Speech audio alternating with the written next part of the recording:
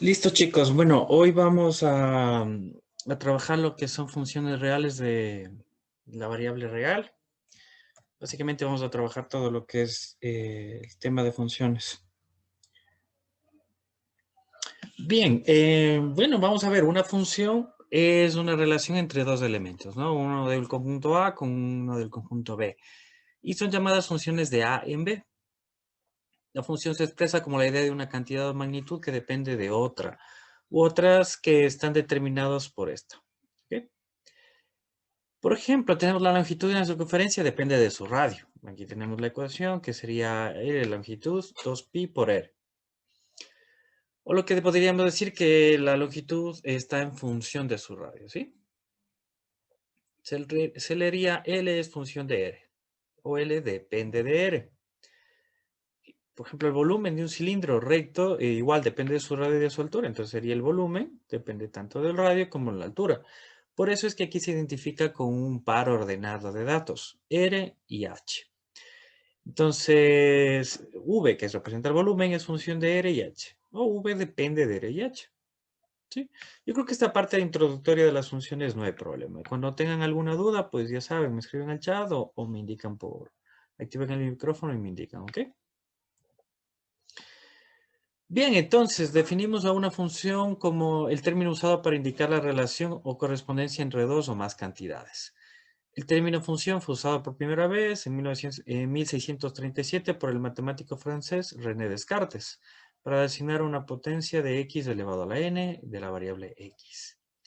Una función de a en b es una relación que se hace correspondencia a cada elemento x. X, este signo de aquí es elemento, ¿no? Elemento del conjunto A. Uno y solo un elemento y del conjunto B llamado imagen de x por f. Y se escribe de esta forma. Y es igual a f, que sería la función del conjunto de x, ¿no? O sea, pertenece a x. Bien, de manera general, ¿qué tenemos? Que x es una variable independiente. Cuando hablamos de algo independiente, quiere decir que no depende de nadie, ¿sí? Está sola, puede ser cualquier valor, cualquier número de los números reales, puede tomar cualquier valor. Por eso es independiente. Mientras que y les llamamos una variable dependiente, porque va a depender de qué, de esta función, de esta condición, de lo que vayamos a trabajar aquí con respecto a la variable x. F de x es la imagen de x, quiere decir que es lo que vamos a obtener, ¿sí? Y x es la preimagen de f de x en general. Vamos a trabajar un poco más con ejercicios para no confundirnos tanto con la terminología. Entonces, una función debe cumplir estas dos condiciones. Primero, que todo elemento del conjunto A es un elemento de partida, debe tener una imagen. ¿Sí? Debe tener una imagen. Esta imagen debe ser única. Entonces, el conjunto formado por todos los elementos de B, que son la imagen de algún elemento del dominio, se denomina conjunto de imagen o recorrido. ¿Ok? Hasta aquí. Preguntas, chicos. Vamos a comprobar si una relación entre dos cantidades o variables es una función. Ya, para verificar esto, si existe una relación funcional entre dos cantidades o variables, podemos representar la situación mediante un diagrama. Ocupamos el diagrama de Venn, que son estos como óvalos que se usan para unir con las flechas, ¿ok? Tenemos primero una variable independiente. Como les había mencionado, puede ser cualquier valor la variable independiente. Luego una dependiente. Esta variable dependiente, ¿de qué va a depender? Pues simplemente de la función. Es decir, de aquí, de la operación que vamos a realizar para trabajar con el valor de x. En este caso debemos analizar que los valores de x y de y debemos comprobar si se cumple que a cada valor de x le relaciona con un único valor de y. En este caso, dos valores de x se relacionan con un mismo valor de y, ¿no es cierto? Entonces esto no cumple, ¿no? Con la condición. Bien, vamos a ver un ejemplo más. La relación que va del conjunto A hacia el conjunto B. ¿Esto es una función? Sí, en este caso lo es. Porque a cada elemento del conjunto A se le relaciona con un único elemento del conjunto B. Es decir, relacionamos al menos 1 con el 1, al 0 con el 3 y al 1 con el 2. En este caso no importa la condición, no nos interesa mucho la operación, solo vamos a identificar si es una función o no, ¿ok? Después ya vamos a ver, en cambio, ejemplos donde tengamos que conocer, o sea, resolver la función para poder identificar si esto se cumple o no se cumple. Bien, esta otra relación va del conjunto A hacia el conjunto B. El menos 1 con el menos 4, el 0 con el 0 y el menos 1 con el 1. En este caso, ¿es una función? No. ¿Por qué no es una función? Ya que existe al menos un elemento del conjunto A que se relaciona con dos elementos del conjunto B. El mismo elemento del conjunto A se relaciona con dos elementos del conjunto B, lo que en este caso ya no permite que sea una función, ¿ok? Otra forma en la que podemos verificar cuando tenemos una función es esto de la prueba de la recta vertical. Es algo muy sencillo, ¿ok? Si al trazar dichas rectas, dichas líneas, sobre todas cortan a la gráfica de la función en un solo punto, entonces sí es una función, ya que cada valor de la variable independiente se relaciona con un único valor de la variable dependiente. Si al menos una línea vertical corta la gráfica en dos o más puntos, entonces no es una función, ya que la variable independiente estaría relacionada con más de un valor de la variable dependiente. Vamos a ver esto. Tenemos la función, ¿sí? Esta función le estamos trazando estas líneas, nada más. En este caso, ¿ustedes consideran, es una función o no es una función? ¿Les escucho o les leo, como quieran, chicos?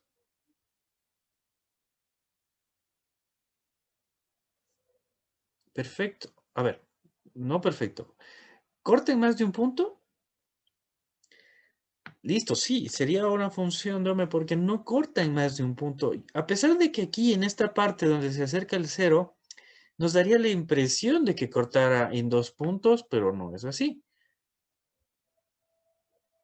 Por lo tanto, sí es una función, ya que cualquier recta vertical corta a la gráfica de relación en un solo punto. ¿Ok? Hay que tomar muy en cuenta. Pareciera que en este sector donde está el cero, sí, pero si le hiciéramos una ampliación, un zoom, vamos a fijarnos de que no, que sí hay una separación y que no corte ningún punto. ¿Ok? Ahora esta, ¿corresponde a una función o no corresponde a una función? ¿Qué opina?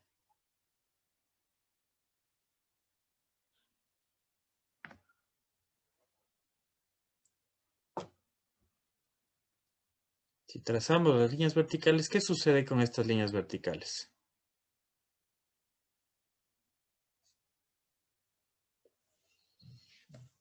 Les leo en el chat, chicos. ¿Esto corresponde a una función o no?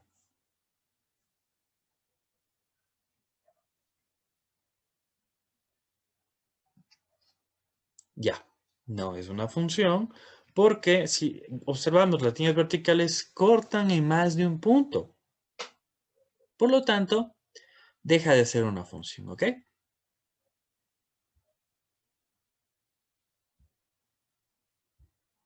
Bien, tenemos estas gráficas. En las gráficas se muestra a los trazos que dibujó un niño en un terreno plano. ¿Cuál o cuáles se asocia con una función?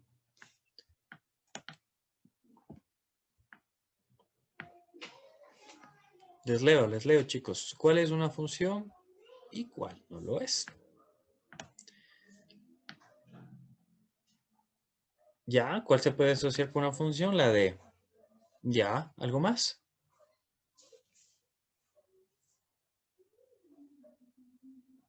La A, la B y la C, ¿por qué no lo serían?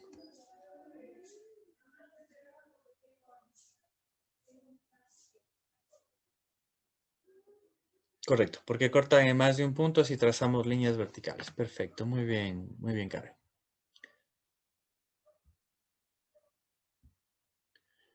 Ya, tenemos varias formas para representar una función.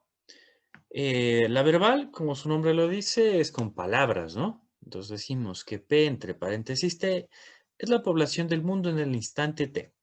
¿Ok? Algebraica, a través de una fórmula. Por ejemplo, decimos que X más 25 es Y. X es un instante de tiempo y Y es la población. Me invento, ¿no? Una forma visual. Aquí tenemos un diagrama de Venn y también una gráfica en un plano cartesiano. Y la forma numérica es a través de una tabla de valores, ¿no? Bien, nos proponen una tabla de valores. En un laboratorio de digitalización se toma datos de pares ordenados de la red digital de un automóvil y se agrupan en la tabla. Perfecto, tenemos los valores independientes y los dependientes. ¿Qué pares ordenados permiten analizar la red como una función? A, B, C o D. ¿Cómo haríamos?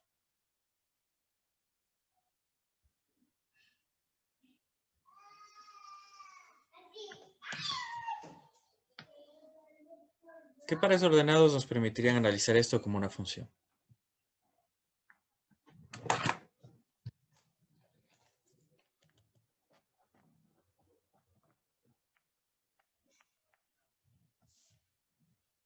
La D, ya. Ujú, perfecto, sí, sería la D. Porque si tú tomas, sí, porque son los únicos en los que te va a cortar en un solo punto, ¿no es cierto? Y después ya empezamos a cortar el 4 con el -1, el -1 con el -1, esto de nuevo volvemos a cortar en el mismo punto, que ya no podríamos hacerlo, ¿verdad?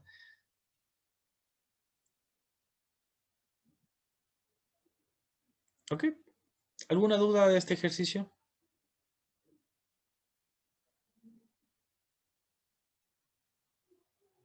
Porque el ejercicio es claro, solo nos pide los pares ordenados que nos permitan realizar la función. En este caso igual, miren, en el C tenemos -1,1, que realmente no es un par de la tabla, ¿no? Bueno, es un par de la tabla, pero no nos sirve porque tiene dos veces -1 en Y. Igual, y así analizamos con todos. Yo creo que esta parte no es muy complicada. Bien. Ahora, una de las características de las funciones es que tienen el rango o recorrido, sí, que es el conjunto formado por todas las imágenes. Ya vimos que eran las imágenes, lo que va a tomar el valor de Y, ¿ok? Entonces decimos que A conjunto, relación conjunto de B va a ser la relación de que Y va a ser un elemento del conjunto B. En fin. También llamado conjunto de llegada, ¿no? El conjunto B. Partimos de A y es el conjunto B el conjunto de llegada, que contiene los elementos que son la imagen de los valores del conjunto de salida. Tenemos los puntos de corte con el eje X y con el eje Y. Ya antes habíamos analizado lo que era un punto de corte cuando en el plano cartesiano nos ubicamos justo sobre la línea del eje X o sobre la línea del eje Y, ¿no es cierto? En este caso debemos reemplazar para dar el punto de corte en Y la X por 0 y para dar el punto de corte en X la Y por 0. Es algo que lo habíamos trabajado antes en ecuaciones también. Sabemos que el dominio es el conjunto formado por las preimágenes o los valores de X, la variable independiente, ¿ok? Y es igual al conjunto de salida. El conjunto de salida se les llama el conjunto que contiene todos los elementos del dominio de una función, ¿sí? Todos los elementos de la variable de partida. Bien. Ahora nos pide encontrar el dominio de las siguientes funciones. Listo, tenemos esta función. F de x es igual a 2x más 1, perdón. ¿Cuál sería el dominio? ¿Qué valores puede tomar x?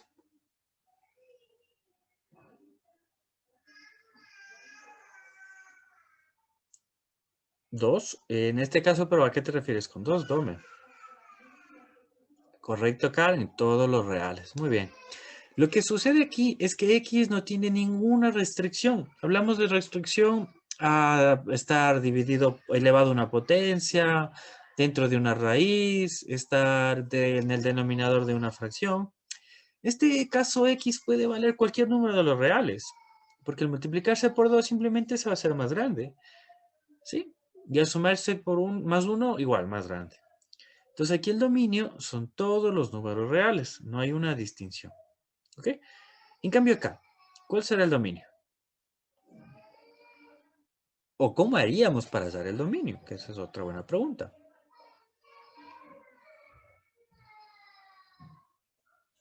o lo que mencionaba hace poco, ¿cuál sería la restricción que existe aquí para dar el dominio?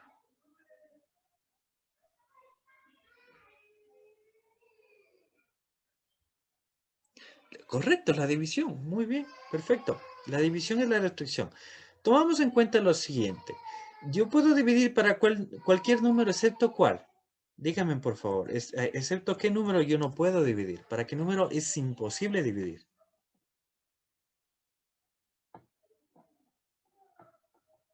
¿Qué tal, Alex? Buenas noches. Analicemos esto. ¿Para qué número yo no puedo dividir?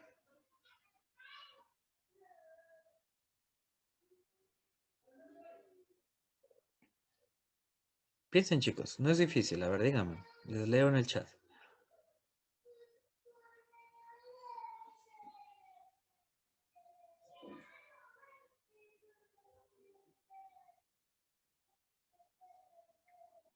Apuren, chicos, apuren. Para el número, no, pues para qué valor, o sea, ¿para qué valor yo no puedo dividir? O sea, esa es la pregunta o sea, en general, cualquier número, ¿para qué valor no puedo dividir? Correcto, Alex, para el cero. Entonces yo sé que no puedo dividir para el cero, ¿verdad? Entonces, ¿qué digo? Esto que está en el denominador no puede ser igual a cero, ¿sí? Aquí no tengo el signo de desigualdad, pero yo lo coloco. Ya, esto no puede ser igual a cero, ¿ok? Entonces, ¿qué hago yo? Despejar x. 3x va a ser igual, el menos 2 pasa al otro lado a sumar y sería más 2. X sería igual a 2 entre 3, o lo que es igual a 2 tercios. Pero sabemos que esto no puede ser, ¿no es cierto? Porque sabemos que esto es una desigualdad. Y ya está. Entonces, x puede ser cualquier valor excepto el 2 tercios. Porque si yo reemplazo el 2 tercios, lo que sucede es que me va a dar 0. Mire, aquí está. Observe que el denominador tiene que ser distinto de 0. Despejamos. ¿Ok? X tiene que ser distinto a 2 tercios. Por lo tanto, puedo tomar cualquier valor de los números reales menos el 2 tercios.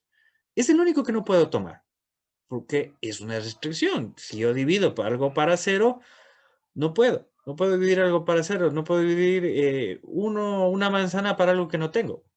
Entonces, como no puedo dividir para algo que no tengo, para algo que no hay, pues ya está. Esa es la condición que deben tomar muy en cuenta siempre que tengan fracciones, ¿ok?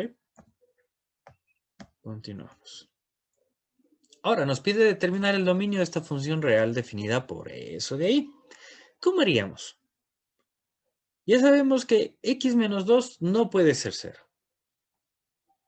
Por lo tanto, ¿qué valor no podría ser x?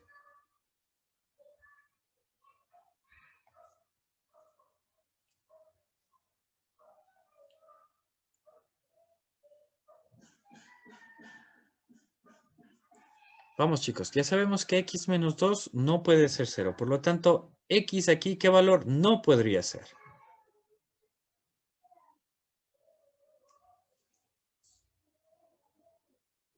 Ya, tú me das la respuesta que es la C. ¿Por qué? Ya vimos antes los intervalos. Considera, Karen, que aquí este intervalo está cerrado. Quiere decir que el 2 también se incluye. Pero acabamos de decir que x menos 2, aquí no puede valer 2. Porque si yo aquí reemplazo 2, me da 0 y cualquier cosa dividida para 0 no existe. Entonces está descartado, ¿ah? Esa no puede ser. Por ende, si yo ya sé cuál no puede ser, yo simplemente voy descartando las soluciones, que es algo que les vengo aconsejando desde el otro día. Yo ya voy descartando. Esta no puede ser porque el 2 no existe aquí. Por lo tanto, esta tampoco puede ser. Aquí me dice desde el 5 hacia el más infinito. Sí. Si yo reemplazo aquí el 5, menos 5 me da 0. 0 dividido para cualquier valor es 0. Perfecto, se cumple. Otra de las condiciones que existe es que dentro de la raíz cuadrada solo puedo tener valores positivos, si no, no puedo resolver. Ahora, si yo tomo cualquier valor negativo, con este negativo, me va a quedar negativo en la parte superior, y también negativo en la parte inferior. Se anula al menos y al volverse positivo se puede aplicar la raíz. Es decir, que también puedo tomar valores superiores al 5. Claro, si yo tomo valores superiores al 5 o inclusive el 5, esto de arriba se hace positivo. Todo número 5 o superior es mayor que el 2, por lo tanto esto es positivo y también se cumple lo de aquí. Entonces, el A no puede ser porque está incompleto y la respuesta sería D, como nos ha comentado Alex. Muy bien. Espero esto esté claro. No sé, si tienen alguna duda, pues activen el micrófono, pregunten, por favor, y vamos a aclararla de una vez.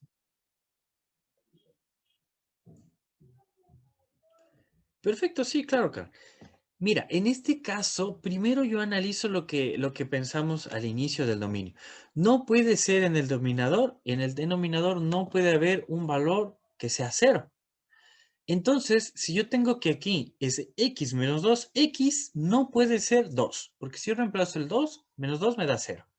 Por lo tanto, no puedo tomar la opción C. La opción D, en cambio, sí me permite, porque lo excluye el 2. Ahora, todo número, todo valor dentro de una raíz cuadrada debe ser positivo.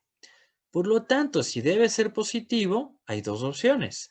Una, que si yo tomo cualquier valor menor al 2, negativo, va a ser con el número menos 5 se va a sumar como negativos y abajo con el menos 2 se va a sumar como negativos, permitiéndome tener negativo y negativo, positivo, y pudiendo resolver la raíz de cualquier, en este caso, pudiendo resolver la raíz. Ahora, si yo tomo cualquier valor mayor del 5, esto va a ser mayor que el 5 y mayor que el 2, inclusive el 5, porque el 5 le resto 5 y me da 0. 0 dividido para cualquier valor me da 0. Y la raíz de 0 sí existe.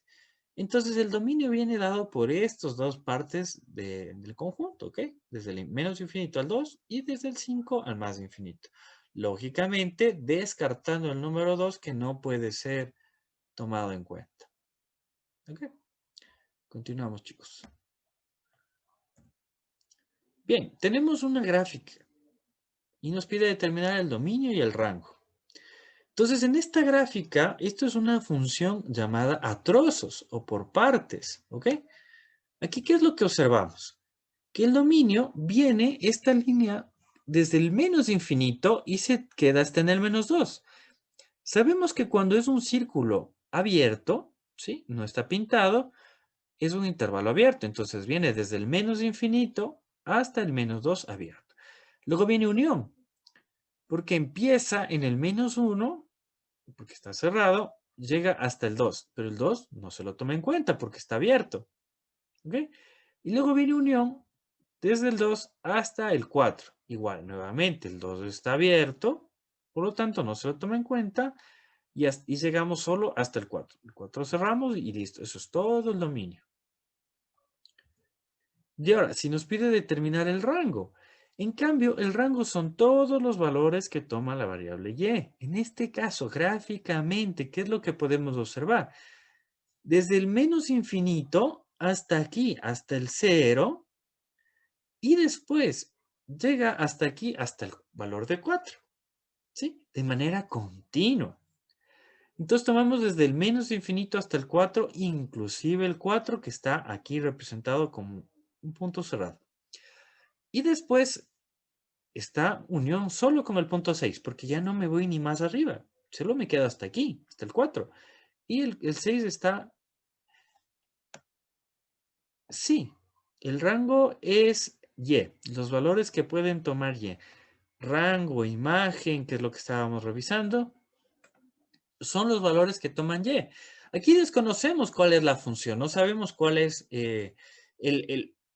lo que realizaron, el ejercicio que realizaron, f de x en función de y, o sea, no conocemos la ecuación, pero gráficamente podemos determinar tanto el dominio como el rango, ¿sí?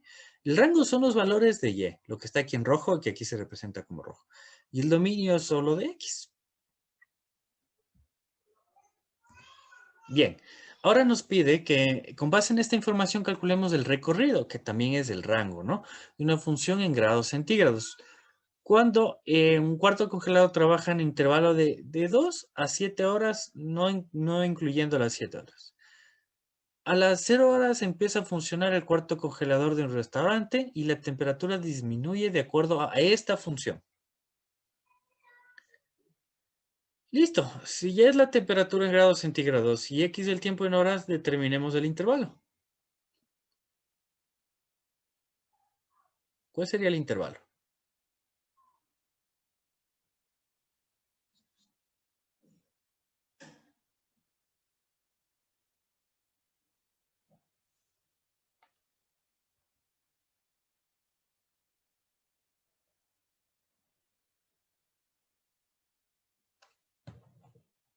Vamos, chicos, tienes que hacerlo muy rápido.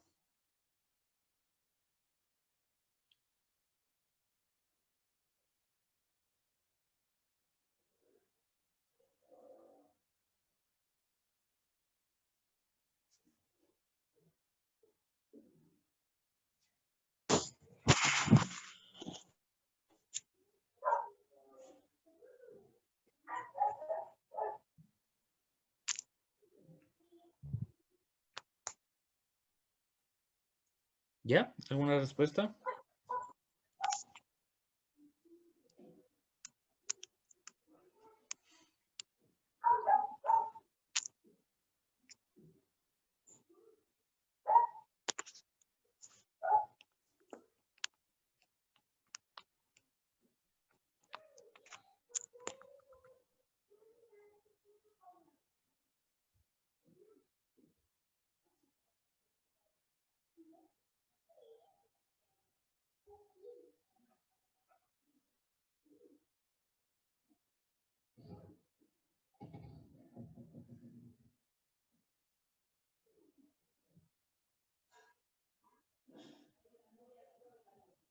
Chicos, ¿alguna respuesta? No creo que no hayan podido hacer nada del ejercicio. ¿Qué pasó? Ya, ¿por qué la B? Pero es que debe haber alguna explicación.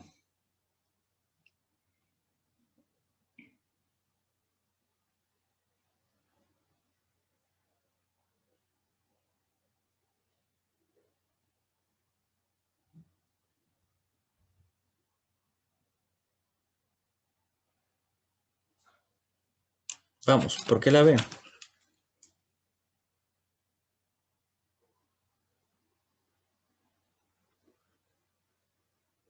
Buenas noches, le estaba solucionando el ejercicio. Le voy a dar, o sea, como yo más o menos le hice.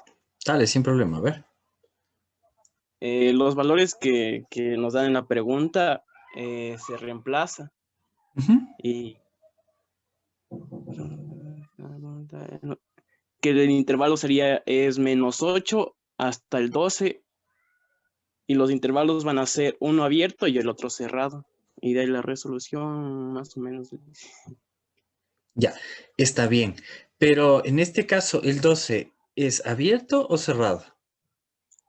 mm, Ya lo dijiste. Cerrado. Cerrado, correcto, está bien. ¿Por qué? Ujú. Porque el valor de 2 está cerrado. Muy bien. Ajá. Correcto, está bien. Sí, no estaba muy bien seguro, por eso no le decía rápido. No, no, tranquilo, está bien, Matthew, no te preocupes. Continuamos entonces. Bien, es correcto, había que reemplazar los dos tiempos en esta función para conocer los intervalos. Y el intervalo, al reemplazar las 2 horas que es cerrado, me da un tiempo de 12 cerrado. Entonces, muy bien, Karen, muy bien, Matthew. Está bien, tienen que reflexionar de ese modo, ¿no? Si ya me da unos valores, yo lo que tengo que hacer es reemplazar en mi función, porque eso es lo que estamos aprendiendo aquí. Entonces, continuamos.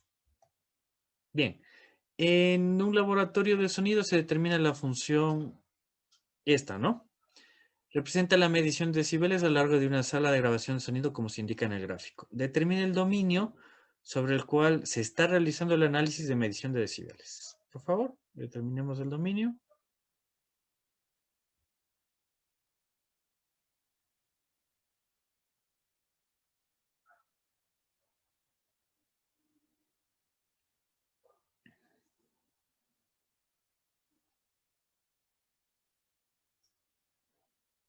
Dominios son solo los valores de X. Perfecto, ¿la ve? Muy bien, Karen. Simplemente eso, observamos que aquí en la gráfica está desde el -4 abierto, desde el -4 abierto, hasta el 8 cerrado. Hasta el 8 cerrado, y ya está. Listo, no hay más.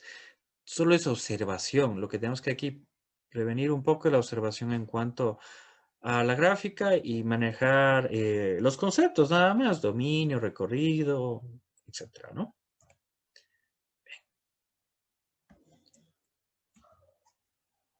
Ahora vamos a ver, ahí el crecimiento de una función, ¿sí?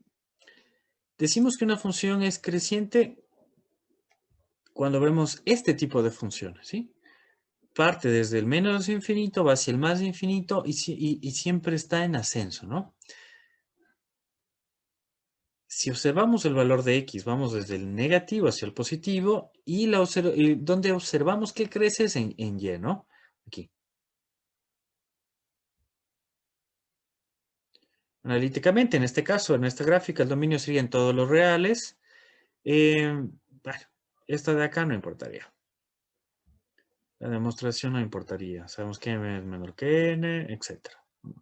Lo que tenemos que analizar y ser puntuales en esto es esta parte. Que la función va aumentando a medida que x aumenta, y aumenta, ¿sí? Eso es lo fundamental en este caso. Ahora, ¿cómo sabemos que es decreciente? Si sucede lo contrario, ¿no? Si observamos que x aumenta y y disminuye. Entonces podemos aquí indicar que la función es decreciente.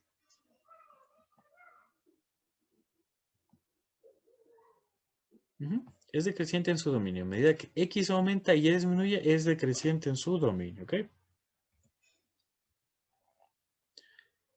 Claro, si una función no crece ni tampoco decrece, en este caso esta función es una constante. Una función constante es esto, una línea que pasa por un solo punto. A medida que x aumenta desde el menos infinito hacia el más infinito, y es constante, y no cambia, sigue siendo el valor de 3. ¿Ok? Entonces ya hemos visto la una que es decreciente, la otra que es creciente y esta que es constante.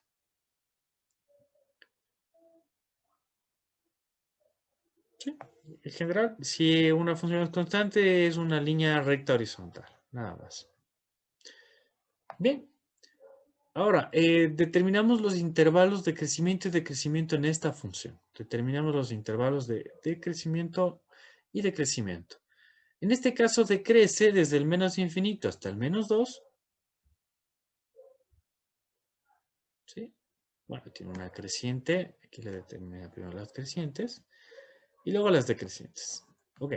Desde el menos infinito hasta el -2 es decreciente. Luego crece desde el -2 hacia el -1. Y después decrece desde el valor de 0 en x hacia el valor de 2. ¿Sí? No olvidemos que esto analizamos si es creciente o decreciente en el eje Y, ¿no? En el eje X se mantiene normal esta estructura.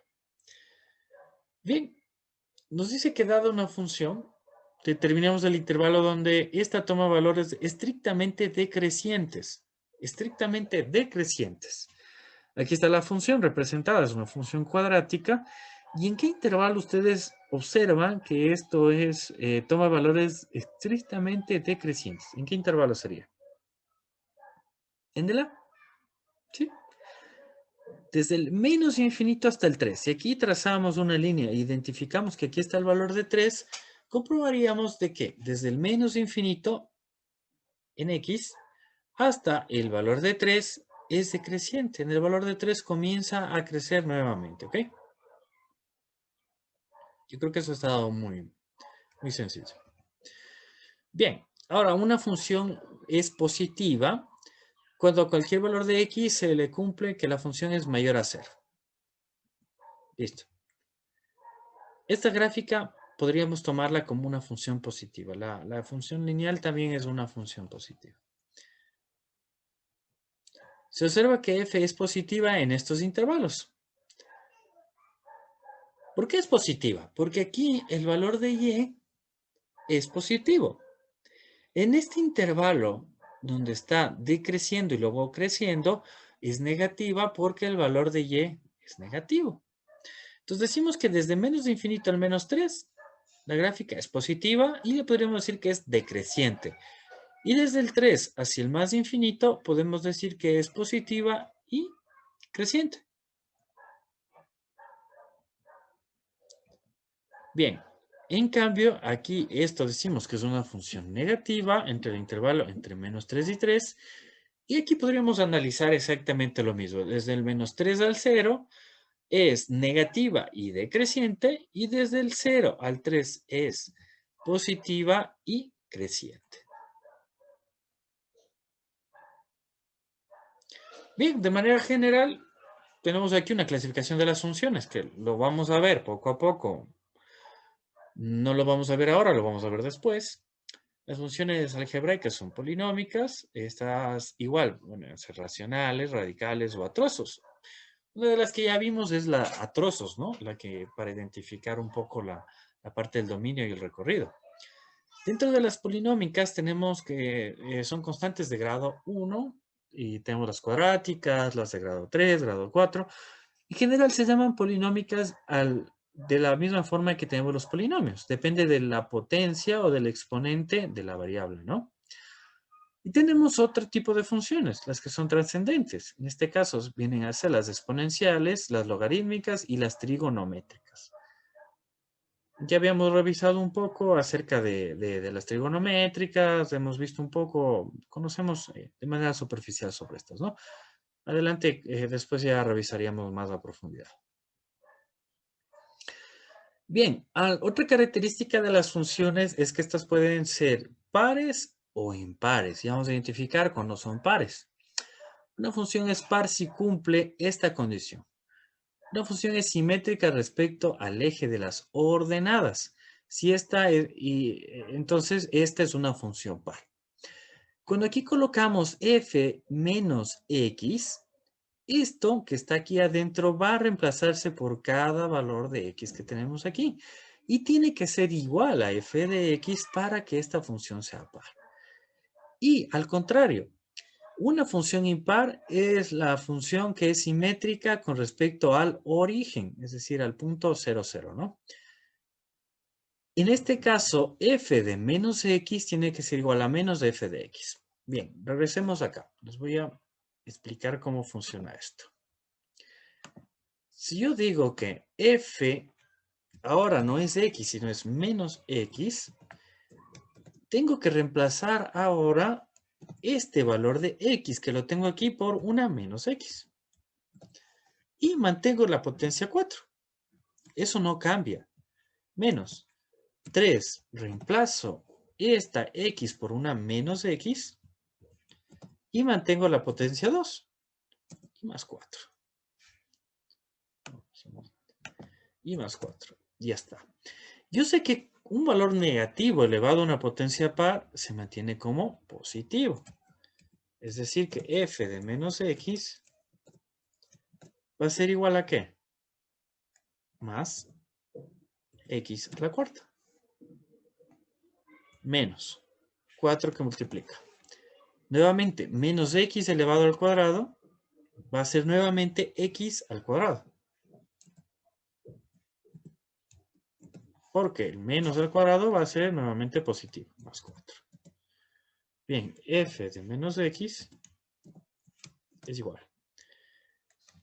¿Qué me ha quedado entonces? X a la cuarta menos 4 por x al cuadrado más 4. Entonces, ¿qué es lo que habíamos encontrado aquí? Que son iguales.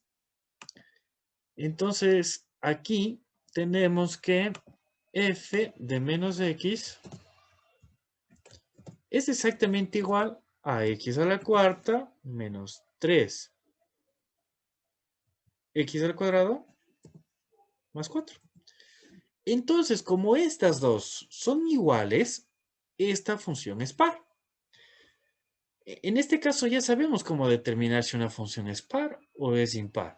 Simplemente hay que reemplazar el menos x por cada valor que está aquí, ¿no? Bien, ahora esto ya sabemos cuando es par. Ahora, ¿qué pasa cuando es impar?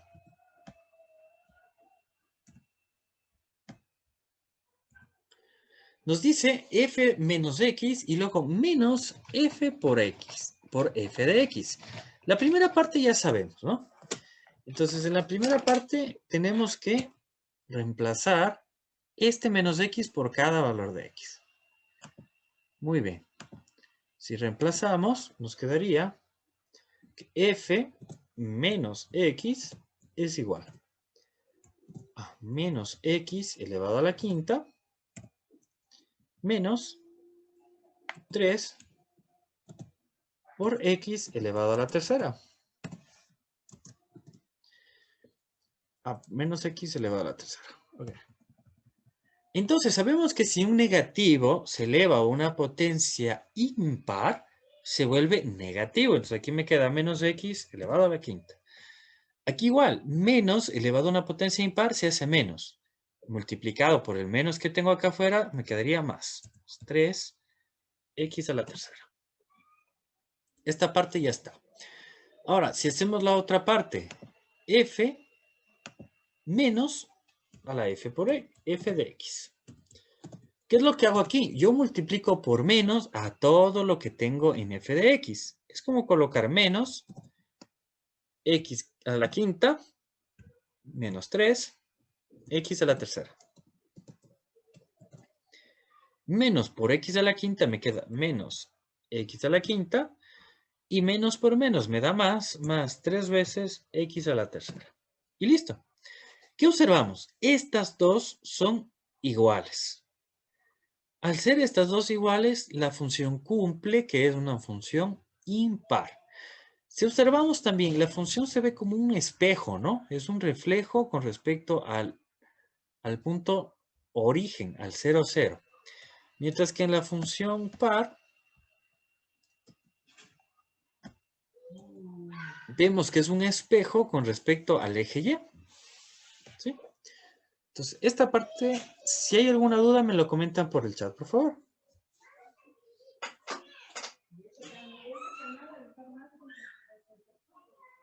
Si no hay dudas, continuamos.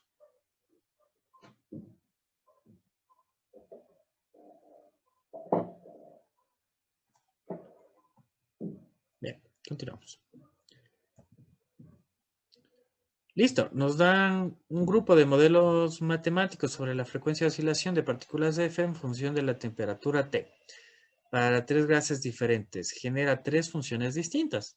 Para realizar un gráfico aproximado se analizan sus paridades. Relacione la paridad con la función. Ya, veamos si es par o si es impar. Entonces, ya comprueben, chicos. Aquí la única que se repite 2 veces es la 1 con la B. La 2 con la A. Y la 3 con la B. Entonces, necesitamos hallar 2 para encontrar la solución. ¿Cómo haríamos?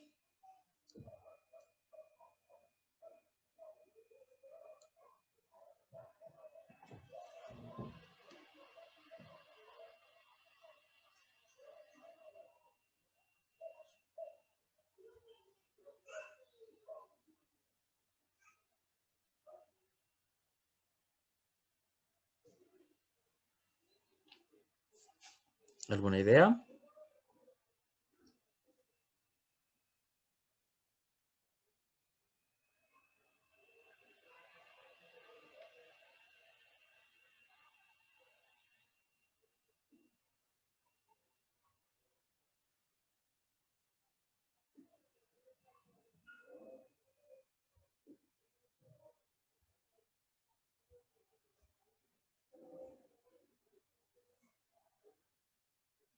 ¿Alguno que ya tenga alguna respuesta?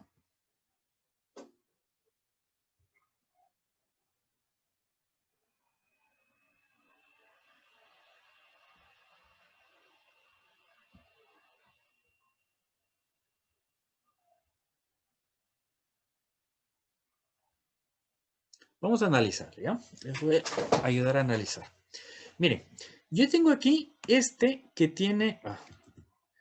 yo tengo aquí este que tiene una potencia impar. Otra potencia impar y otra potencia impar. ¿Sí? ¿Qué es lo que pasa?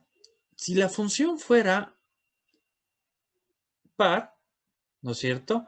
¿Qué debería ser? F de x igual a menos f de x, ¿verdad? ¿Entiendo? Si fuera par, es f de menos x igual a f de x.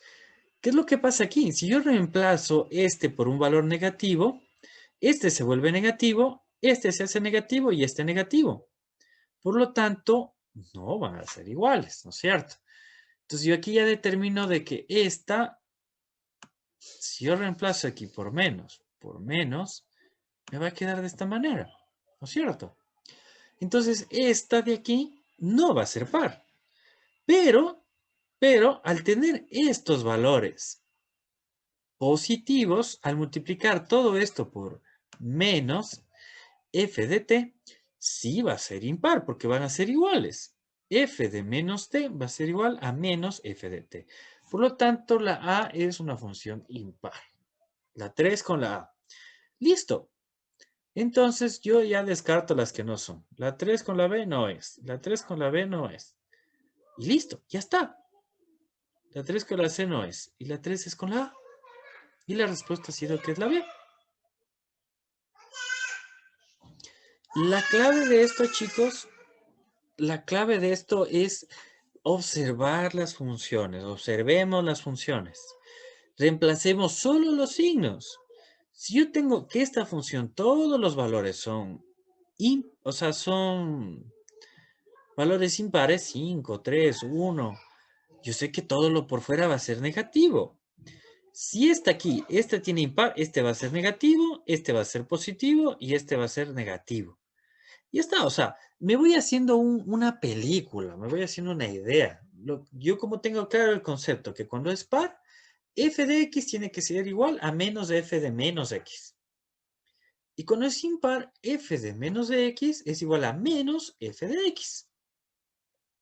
Entonces veo cualquiera de las dos. ¿Cuál me hace más fácil? Si la impar o en la par. Para la par es lo más fácil. ¿Por qué? Al momento que cambia uno, miren, aquí tengo a la tercera. Entonces, este cambio negativo ya no va a ser igual a la función. Por lo tanto, esto no es par. Aquí igual. Sí, vamos analizando esa parte. Y ya está. Nada más es eso, chicos. Vamos poco a poco analizando los ejercicios y vamos a encontrar las soluciones. ¿Dudas? ¿Dudas de este ejemplo?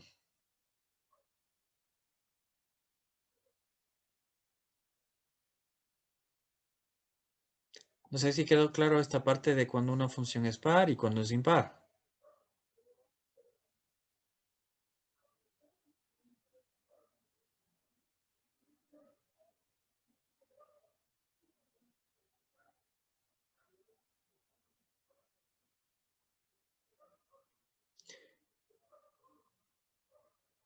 Listo. Vamos a tomar lo que Karen dice, que la B le salió que es par y con eso repetimos, ¿ok? A ver, sabemos, vamos a recapitular, que f de menos x es igual a f de x para que la función sea par, ¿no es cierto? Entonces tomemos esta. Vamos a ver cómo nos quedaría si tenemos f de menos t. ¿Ok? ¿A qué va a ser igual f de menos t? A 8 por menos t elevado a la tercera. Voy a mover para un lado. Voy a poner aquí.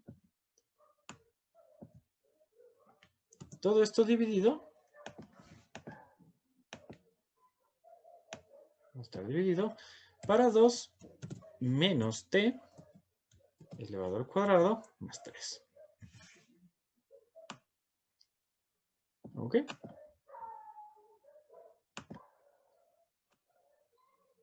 Ya está. Entonces, si yo tengo 8 a la tercera, va a ser igual. Menos elevado a una potencia impar me va a dar menos. Entonces aquí me queda menos 8t. Y abajo, ¿qué me queda? 2. Bueno, menos t elevado al cuadrado va a ser nuevamente t al cuadrado, ¿no? Entonces me queda 2 que multiplica t al cuadrado más 3. ¿Ya? Listo. Entonces, aquí me quedaría eso. Lo que aquí nos pide analizar es si es par o impar. ¿Ok? Entonces, aquí, esta es igual que la original. No, no son iguales, ¿no es cierto? F de t no es lo mismo que f de menos de t. Ahora, ¿qué pasa si yo le pongo a f de t le hago negativo? Si yo aquí le digo, esto lo vuelvo negativo. Y hago que sea menos f de t.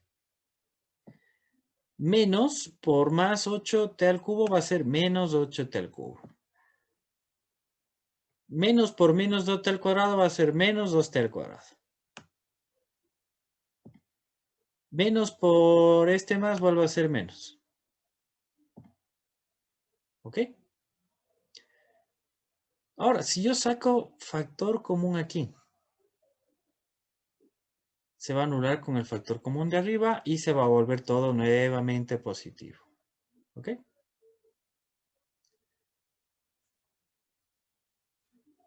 Entonces, perdón, me disculpo, no puedo multiplicar por todos los valores así como multipliqué, solo sería por uno nomás, por el de arriba.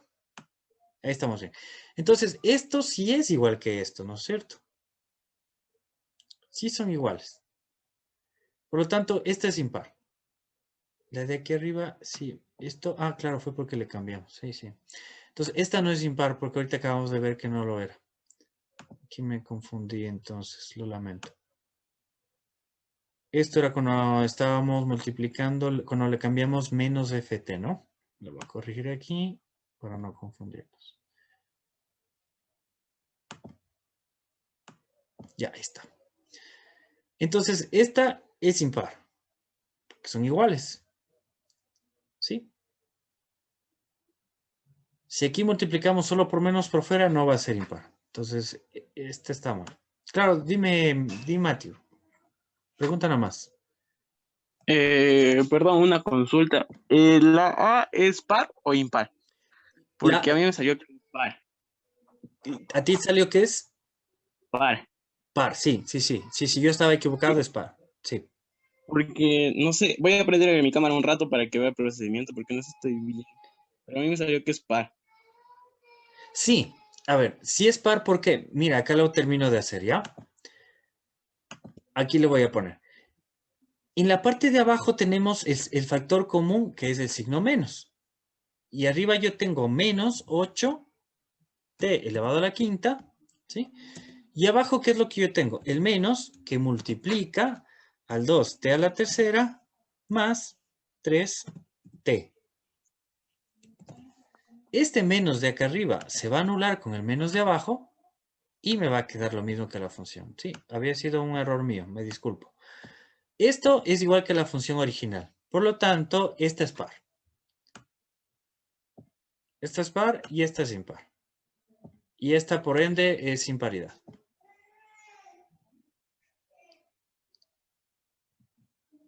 No sé si ahí tal vez quedó claro, Alex.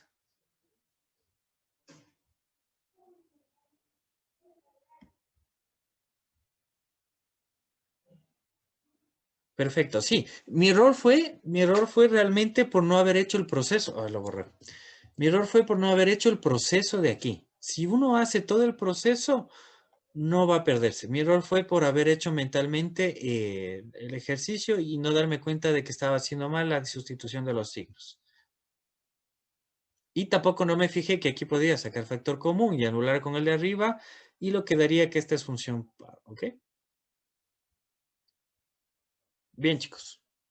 Continuamos entonces. Si estamos claros y si lo hacemos en papel, nos sale perfecto, ¿no? Que es lo importante.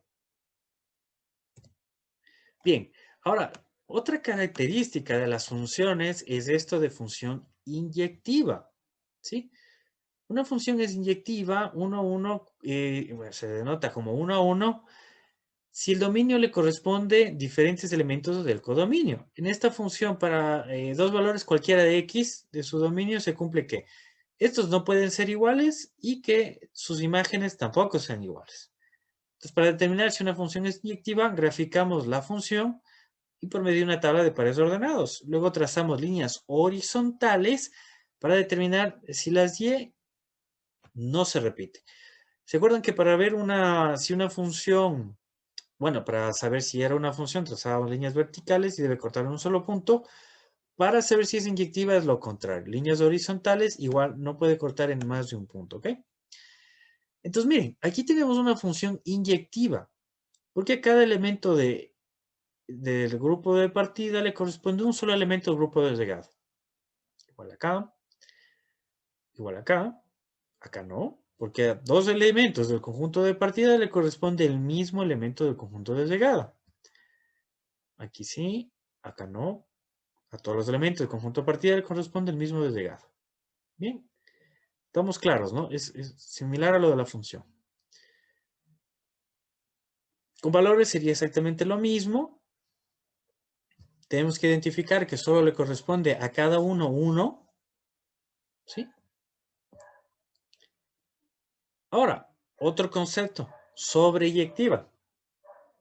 Una función es sobreyectiva o suprayectiva si todo elemento de su codominio es imagen de por lo menos un elemento de su dominio. Ya vamos a ver esta parte, es un poco confusa. De otra forma de expresar una función es es decir, que debe cumplir con su codominio y sus recorridos sean iguales. Bien. Aquí, ¿por qué no es sobreyectiva? Porque un elemento de su imagen queda libre. A pesar de que a cada elemento de X le corresponde un elemento en Y, uno no está libre. Por lo tanto, esta función puede cumplir con el concepto de inyectividad, que sea inyectiva, pero no es sobreyectiva, porque deja un elemento de Y libre. Acá sí cumple, todos los elementos están usados. Miren, aquí no puede ser inyectiva, porque dos elementos de X corresponden al mismo elemento Y.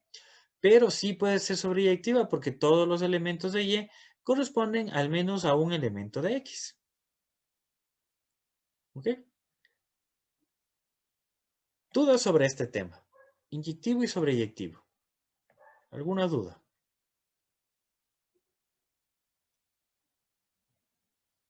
Ya. Si entienden, perfecto. No es muy complicado. En la una, a todos los elementos de X le corresponde solo un elemento de Y para que sea inyectivo. Para que sea sobreyectivo, a todos los elementos de Y, al menos debe corresponderle un elemento de X. ¿Y por qué digo al menos? Porque puede ser más de uno. ¿Sí? Bien. Ahora, una función se dice que es biyectiva si al mismo tiempo es inyectiva y sobreyectiva. ¿Ok? La relación entre los dos elementos del dominio y el codominio es biúnica, es decir, 1:1. Aquí tenemos. Esta es una función biyectiva porque es inyectiva, ya que a X le corresponde un solo elemento de Y. Es sobreyectiva, ya que a todos los valores de Y le corresponde al menos un elemento de X. Y por lo tanto, al cumplir las dos, se vuelve biyectiva. ¿Ve? Aquí, al no cumplir una de las dos, ya sabemos que no es biyectiva, ¿no? Eso es muy, muy general. Listo, en forma general, una función... No, lo siento. Una función general es inyectiva, pero no sobreyectiva. Aquí, porque no cumple con la condición, un elemento de ella está libre. El conjunto B está libre. Es sobreyectiva, pero no inyectiva, porque todos los elementos del conjunto de llegada tienen al menos uno del de partida, pero dos de partida no pueden tener el mismo de llegada, por eso no es inyectiva. Y acá es biyectiva, porque a todos le corresponde un solo elemento y aparte todos los del conjunto de llegada están completos con respecto al conjunto de partida, ¿ok? Bien, aquí igual vemos un ejemplo, esto sí es inyectiva, esto es sobreyectiva, Esto no es ni la una ni la otra, porque aquí deja tanto elementos libres como dos elementos de X, bueno, del conjunto A se unen con un solo elemento del conjunto B. Y esta sí es sobreyectiva, porque cumple las dos anteriores. Si es inyectiva, es sobreyectiva, por lo tanto es biyectiva, ¿no? Bien. Ahora, una función inversa. Se dice que f es una función biyectiva, entonces su función inversa, f a la menos 1, está definida por la siguiente condición. ¿Sí? Entonces, esta es la inversa, sí, solo sí, se cumple la función de intercambiar el valor de x por el de y. Entonces, por lo tanto, tiene que ser biyectiva para poder tener su inversa. ¿Cómo tenemos la función inversa? Cambiando x por y por x. Y se despeja nuevamente la variable dependiente. Vamos a ver un ejemplo. La función inversa es como un espejo. Se va a reflejar siempre con respecto al eje de coordenadas.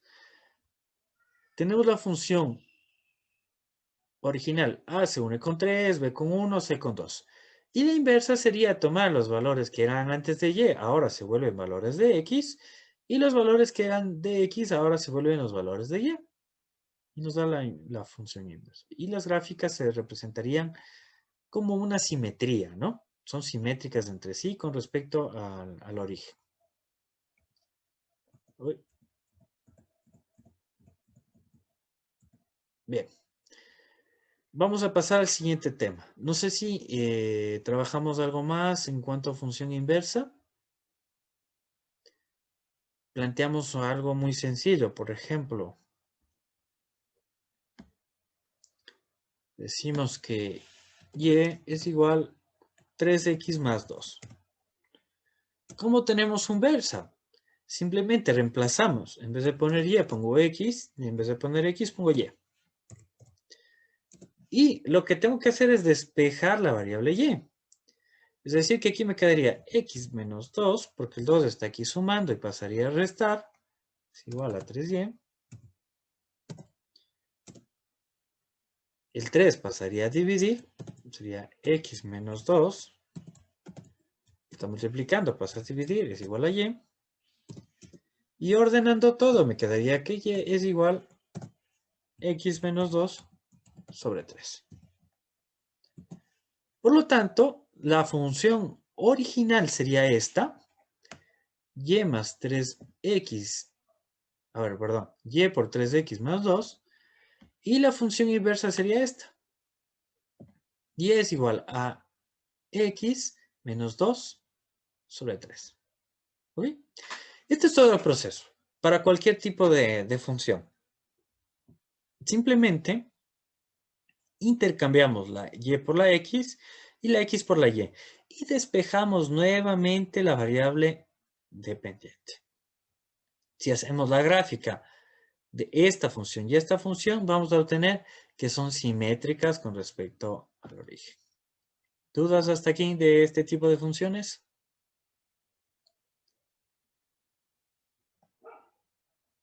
Perfecto. Tal vez Karen, tal vez Anaí, no les he leído nada hace rato, tal vez tienen alguna duda. ¿Está todo bien?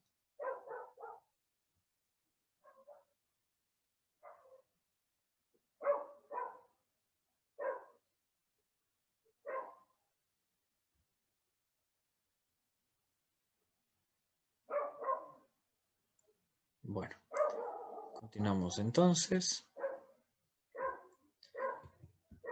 Continuamos con la función cuadrática, que es el otro tema que vamos a trabajar. Bien, una función cuadrática se representa de cualquiera de estas formas. Solo con la variable x al cuadrado y con la constante, el coeficiente a. Cuando ya se aumenta un coeficiente externo, ax cuadrado más b. Cuando se aumenta una segunda incógnita, ax al cuadrado más bx. Es decir, ya se convierte de un monomio a un polinomio, a otro polinomio ya de grado 2. Y la forma completa cuando es ax cuadrado más bx más c.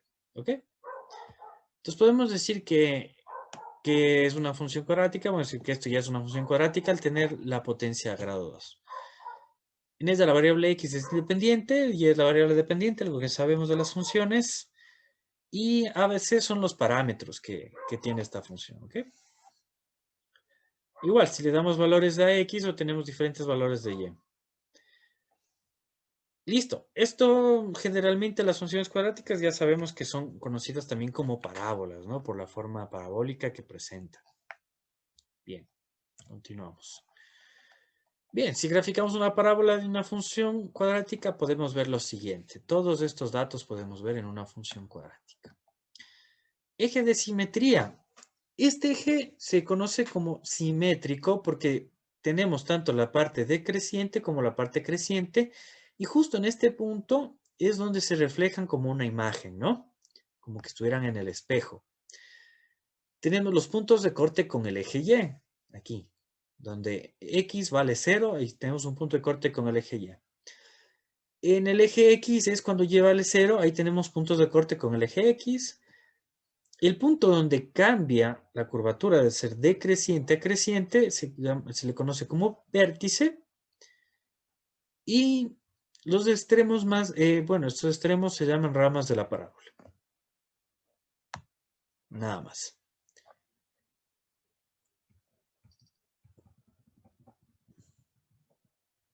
Bien. Vértices y el eje de la parábola. Listo. El vértice de la parábola son las coordenadas x, y, como cualquier punto de la gráfica en el plano cartesiano. El vértice viene dado por x con y. Y siempre cumple, ¿qué? Esta condición. Si aquí vemos que aparece la b y la a, es porque trabajamos con la función completa, ¿no? De aquí aparece el valor de a y aparece el valor de b. Entonces, la coordenada x del vértice es tomando menos b dividido para 2a. Y listo, aquí tenemos un ejemplo. Aquí nos da ya una ecuación cuadrática. Para dar el vértice simplemente tomamos el valor de b, que vale 4, el valor de a, que vale 1, y dividimos. Menos, este menos es de la ecuación. Si aquí tuviéramos un valor negativo, aquí esto también se multiplicaría, ¿no? Entonces, por ejemplo, si yo les pongo un valor negativo, yo les pongo una ecuación. X cuadrado menos 4x más 2, tomando exactamente el mismo ejemplo, el valor de a viene a ser 1, mientras que el valor de b es menos 4. ¿Sí? Menos 4. Entonces, si yo reemplazo en la fórmula, que me dice x del vértice es igual a menos, y luego reemplazo el valor de b, que sería menos 4. Y esto dividido para 2, que multiplica al valor de a, que sería 1. Menos por menos me daría más, y me quedaría 4 dividido en 2, y me quedaría 2. Y ya está. ¿Sí? Este valor de aquí sería 2. Claro, como yo obtengo el de y, simplemente reemplazo el valor de x en la función y obtendría el valor en y. Listo, entonces no se olviden que esta función, o sea, esta forma de encontrar el punto x del vértice es simplemente reemplazando el valor de b, independiente del signo que tenga, ¿ok? Si tiene menos, o si tiene más, o si tiene signo positivo, o tiene signo negativo, igual, ¿no? Igual funciona. Ahora, el eje de simetría es la línea vertical que pasa justamente por ese punto, ¿sí? Entonces es una línea constante que tiene el valor que hemos calculado anteriormente, en este caso menos 2. Continuamos.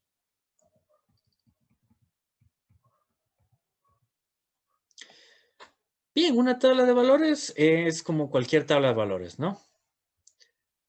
Además de los calculados, vértices, puntos de corte, la tabla de valores es simplemente reemplazar valores a x y obtener sus correspondientes en y, ¿no? Para poder realizar la gráfica. Lógicamente, aquí cuando encontramos que cuando y vale 0 son los puntos de corte, ¿no? Con el eje con el eje X.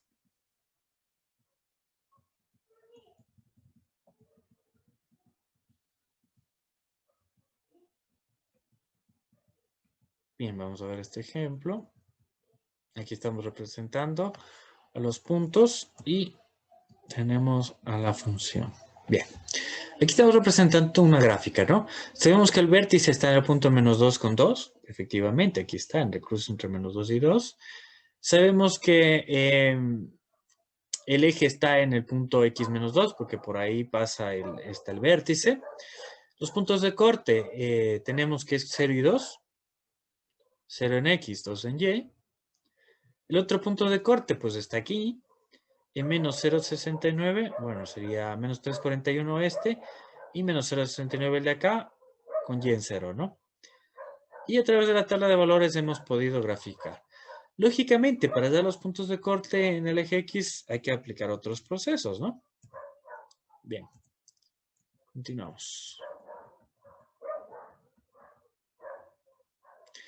Listo, para dar el dominio en una función cuadrática es igual que lo que hemos dado en cualquier otra función, ¿no? Tenemos que analizar si no tenemos restricción alguna. En este caso no lo hay, ¿no?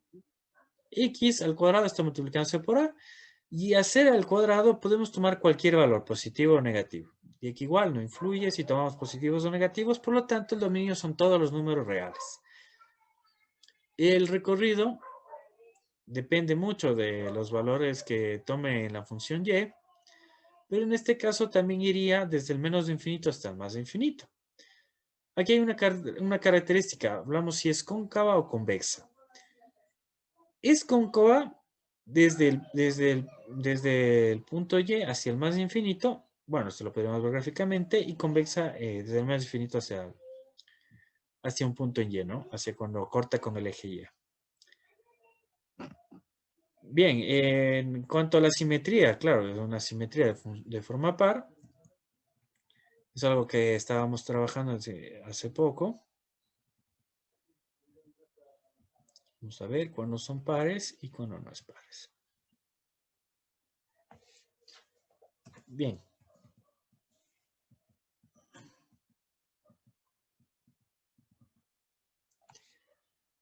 Ya, tenemos el primer ejemplo. X al cuadrado menos 3. El dominio vienen a ser todos los reales porque no tenemos ninguna restricción. No hay una raíz cuadrada, no es una fracción. Aquí podemos calcular el vértice con el valor de B y A. Nos da el vértice está en el origen, en 0. Por lo tanto, el valor de Y vale menos 3. Perfecto. Con estos datos ya podemos hacer la gráfica. Sabemos que la imagen empieza en menos 3 y va hacia el infinito positivo, en Y, ¿no? Por lo tanto, esta es una función par. ¿Sí? Si aplicamos lo que vimos anteriormente, f de menos x igual a f de x, va a darnos que es par. Porque aquí solo tenemos una x y esta está al cuadrado, y todo valor al cuadrado va a ser positivo. Por lo tanto, se va a mantener igual. Este, en cambio, es una función negativa, menos x cuadrado más x. Lógicamente, el dominio siguen siendo todos los reales al no haber ninguna restricción. Tenemos que el vértice está en este punto, un medio, y el valor de y estaría en este punto 0,25. Lo ubicamos al vértice, ubicamos el eje. Con los puntos de corte podemos identificar la gráfica y tenemos que la imagen, los valores que toma y, viene desde el menos infinito, desde abajo, hasta 0,25, que es el punto más alto, ¿ok? En este caso no va a ser par. ¿Por qué? Si reemplazamos menos aquí, con el cuadrado nos va a dar más. Por lo tanto, aquí se mantiene igual. Pero aquí esto se va a hacer negativo y por lo tanto ya no es igual, ¿no? Deberíamos analizar si es que es impar o si realmente no tiene paridad alguna. Bien, tenemos un ejercicio. Los ingresos de la sucursal de una empresa están dirigidos en su totalidad para pagar toda la materia prima adquirida para su apertura, como se muestra en esta figura. Hay que determinar el dominio de esta función que muestra el crecimiento de en los ingresos de una empresa para tener el control del presupuestario. ¿Cuál sería el dominio?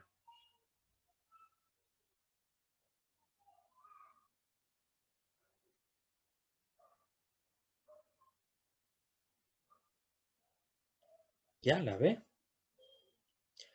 Correcto, porque para el crecimiento partimos del valor de 4 hacia el más infinito, ¿sí? Antes de eso lo que teníamos era un decrecimiento, ¿no? Entonces a partir de aquí, hacia el infinito, crece, ¿no? Crece la función y entonces la respuesta es B. Muy bien. Continuamos. Los puntos de corte con el eje X no es un problema, ¿no es cierto? El punto de corte con el eje X está delimitado por el valor del término independiente, C. ¿Por qué? Debemos reemplazar los valores de X con 0 y se anulan los dos primeros. Directamente el valor es el valor de C. Cuando no tenemos el valor de C, sabemos que es 0. Entonces el punto de corte con el eje X depende solo de esto, ¿no? Del valor de C. Bien, entonces el punto de coordenadas 0 con C de una función cuadrática corresponde al punto en que la parábola corta con el eje Y. Ahora, con respecto al punto de corte del eje X, esto ya depende cuando Y vale 0, ¿no? Entonces, si Y vale 0, aquí vamos a tener una función cuadrática. Esta función cuadrática la podemos resolver con los distintos casos de factoreo. Y si no lo resolvemos con los casos de factoreo, pues lo resolvemos con la fórmula general, que es esta, ¿no?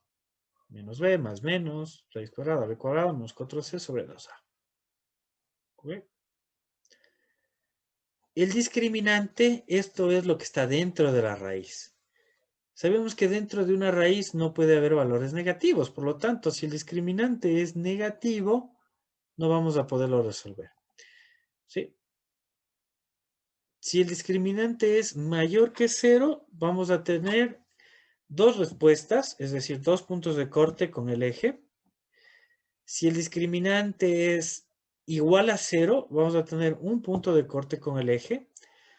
Y si el discriminante es menor a 0, no existen puntos de corte. O sea, es una respuesta imaginaria. No va a existir.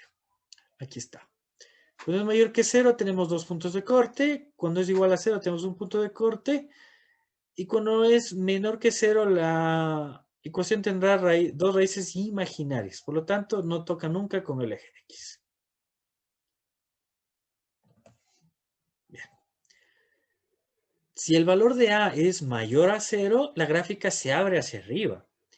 Si el valor de A es menor a 0, la gráfica se abre hacia abajo. ¿Ok? Entonces, esto nos da el sentido de la gráfica. Si es mayor que 0, A es mayor que 0, se abre hacia arriba. Si A es menor que 0, se abre hacia abajo. ¿Ok? Bueno, nos queda menos de un minuto y nos volvemos a conectar, ¿ok? Si se cierra, se conectan nomás tranquilamente.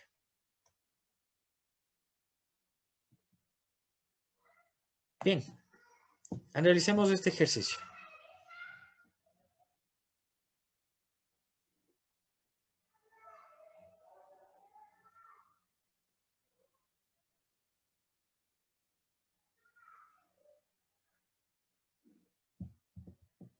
¿Cuáles serían las respuestas?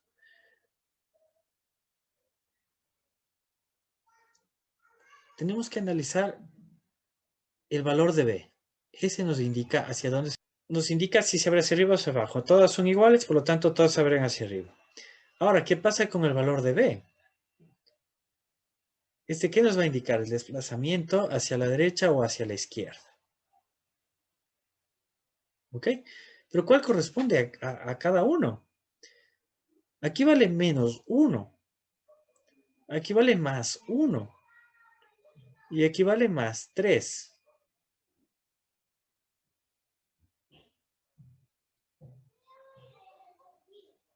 Y el valor de C, en cambio, corresponde a esto de que tanto se ensancha la gráfica. Por lo tanto, como todas tienen el valor de menos 2, en este caso todas son iguales en cuanto a lo que se ensancha, ¿ok?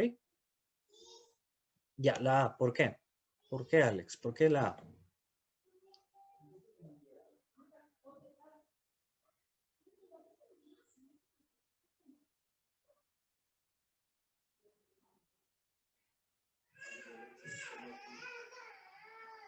Recordemos el vértice.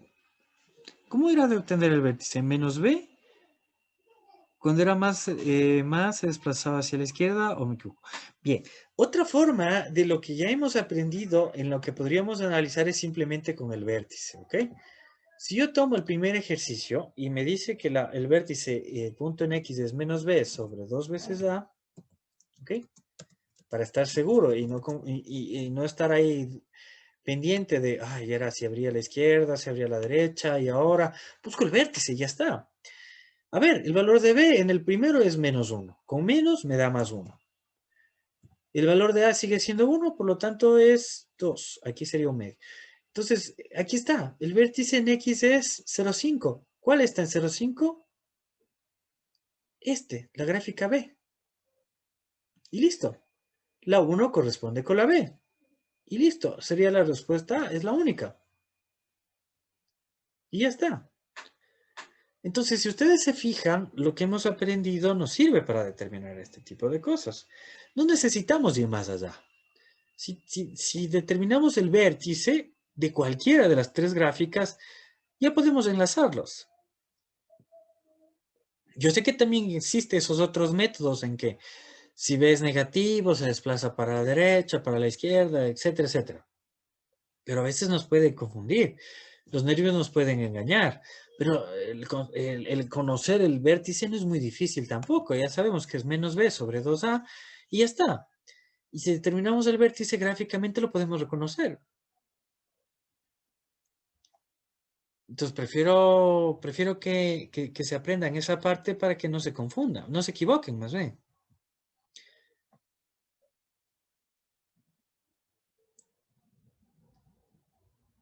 Claro, aquí esta parte es lógica, ¿no? Cuando A es mayor que 0, el vértice será el punto mínimo, más pequeño, el más bajo. Y cuando A es menor que 0, es el punto máximo, ¿no? El más grande. Y bueno, lo de la eje simetría ya estaba dicho hace rato, ya habíamos visto. Y lo del vértice de la parábola para el eje Y no hace falta. Porque ya sabemos que si tenemos el valor de X y lo reemplazamos en la función, obviamente vamos a tener el valor en Y. Y con esto terminamos. A ver, terminemos con este. Veamos si podemos resolverlo.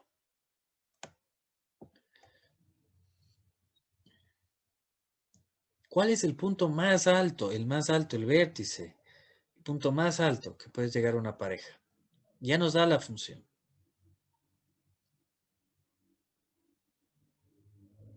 Solo eso, calculemos el vértice y ya está.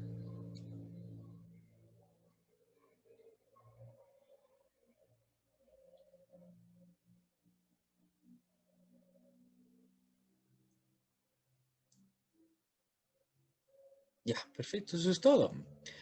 Menos B sería menos 5 sobre 2A.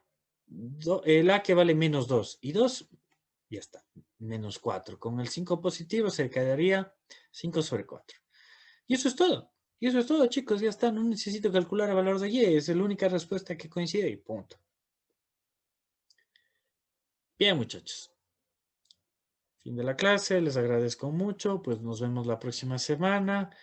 No se olviden de que aquí están las redes sociales, igual cualquier duda pueden comunicarse al WhatsApp. Y pues nada, aquí a las órdenes. Me disculpo por las interrupciones, pero ya lamentablemente Zoom me está cortando a cada rato.